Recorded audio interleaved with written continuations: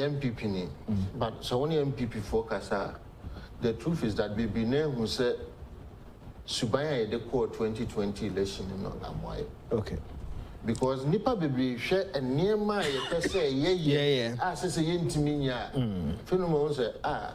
yeah the president number. Because near can say oh yeah the yin maninka near two say bibia many will be doing come we can catch and say in politics you need age or more. Okay. Say be a me intino me compare position and the mania intino no. I say president we didn't feel say no be the president. Yeah. And this a wedding 40 years, wedding 36 years, o compare MPB ya farmer winti ubofu at can go for 7 go 5 and say yen 20 party na. Any announcements and so on no. But say where yana when you na cabo na mo supported you ya. Just after 4 years you will still not get the opportunity to contest. The baby name was Sunday a call 2020 Yamwa party. Now, main problem baby na ye say yen yanom na omo expected development from MPP no. Enti to omo no the echoes of parliament no omo. Sometimes we to no be kasa ana ya the 2 minutes na ma president no we gu anima say na what one now you must because sometimes you say president no so person ya dey we say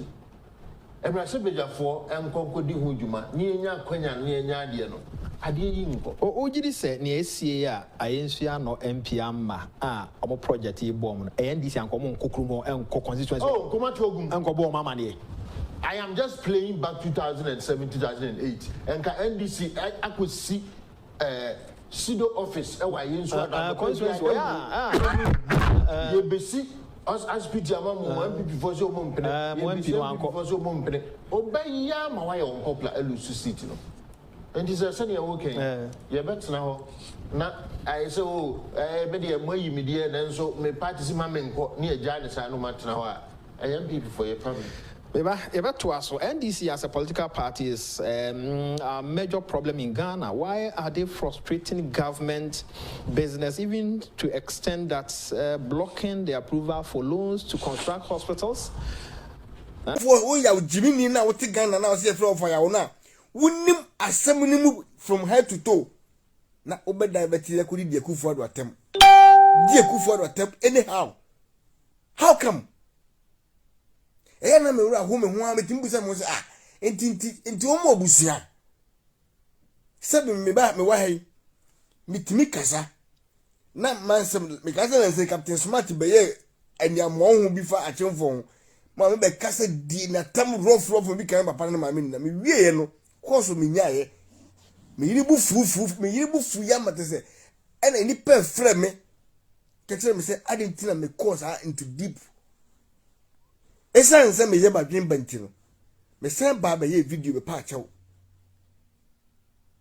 because na me kra ora ho the we are Captain Smart ni o katache free fa e di ni patem wo social media no na ye me kra ya me ya chimni sebe ye metra social media wa me video a me meye racist me ayi racist say we say that me video that because ni pay team say see am wo so me nim obi a trap e bi we wan hwe ye na se ba kan be din si obi no e de ye a wo betani mu a no po asem pa sa gidi na wo de ma wo no na susum na te fri ni mu asem ba ko pa wo beka enti wo kasa na wadwene but ya we asa betana se se abronya ni MPP for na asoma se yenkoti David no ene ye na dwen se obi afre ne phone so te ne warning se ade a wo ye no nyai wo Germany wa ana onu nyai ni pare contact no o connect ne ma police ana police for ko chi papa e ko ni fie e ko chi no ana o explaining esemune de no ma e ko so e show videos upon videos muntie ni ye e de chere police for no inter police for ne se kai no ana om ko machi ana man ni busa om se enti se om mampani o te se sia no se ono twi telephone so di o ma atam a omani beje as a German citizen yana na David ninim say nipa ni nkrata ntinko wo ho ma police fo na police akwache no nye deport no but on say ukuwa se fi asese ye ma ohun na wiye nipa so tretse mu kire mu na okura ni German book no ana wo koye after 3 days no ana wo ko tie videos no wo se basa koye translation ni na etie sema Jimini naka ana bena koye no ko fa no ebenada no David no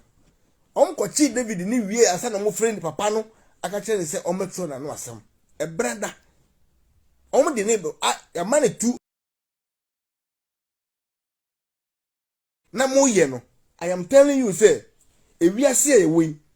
sase we kan ya na manfo say enye no kure me kam obi asi supi atie say after na Addo amammo na chi no mu be hu de betoto nkrofo e o Ghana mamu nyima dwen say modi papa na busuafo temu amese ade a mete ye ma reho a me kra afi say metie o matem didi na me ya ne say and in 3 days David be a video say na Addo oh already edi na no tafre wo baase oh God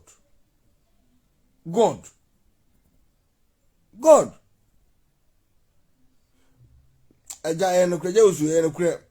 kre na Addo de ne ba na no tafre wo baase Easter Joyce na ho ye de metie no eno kwase me fiti ne nansa na se me nia daje but ene na mpese mbabonten me si metie sa asem no kai no me su egumi mu se nipa da seni oba wo timi bie wano e ka kire o president se wo ye kurase ni no na no tafre oba ase na ono onya video a ekura no a na Addo ebe makura ewu enti wo de na no ne nsa ena ewo se wa broni ase oh God David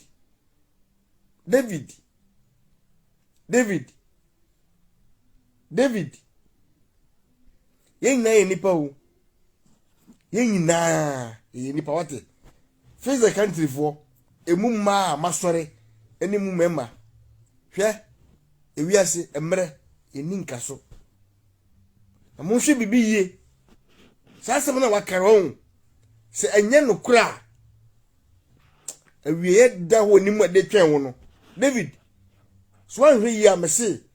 social media yinti obenne adam ansa na wawu social media na wodi ho ogro no eno mi bi edi wachi no na penifo se mumma kokon so sonko obehia kroma nipa wo che wotu mu no enne wabobonten se womom